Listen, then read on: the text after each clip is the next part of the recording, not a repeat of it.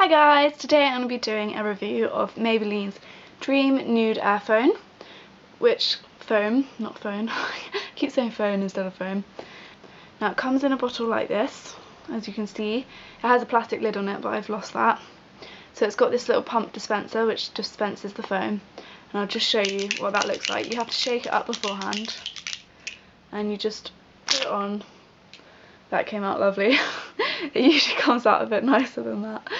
But yeah, so it comes out in this foam form, and one thing you have to remember is that it starts off, when it first comes out, it's quite pale, but I think as it reacts with the air or something it becomes darker, as you can see.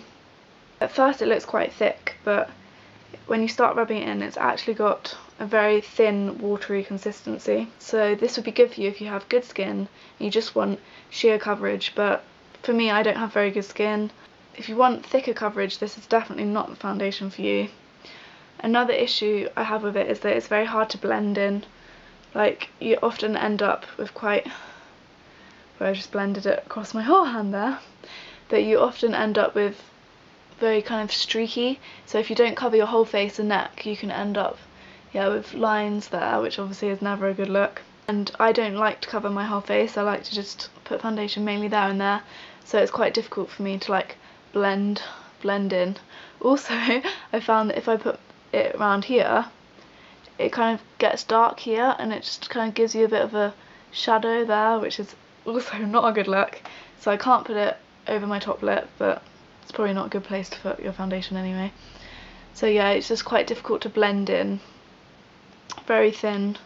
And another thing which I found really annoying about it, as you can tell, I don't really like this foundation, but another thing which I struggled a lot with is that when it gets wet, it goes all pale and white. Now I'll just demonstrate here.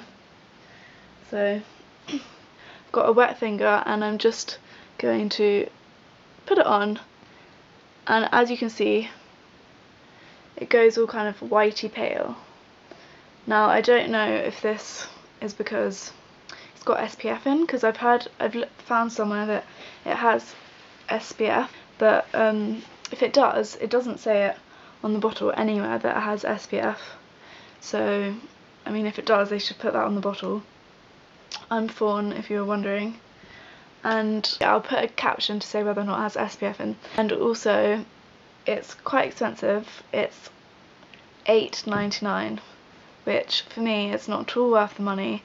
I only got this because it was on offer and I needed a new foundation, and I usually use their Dream Matte Mousse, which looks like this, and this has a thicker coverage and it's more matte. I much prefer this one. It's got a much kind of smoother texture.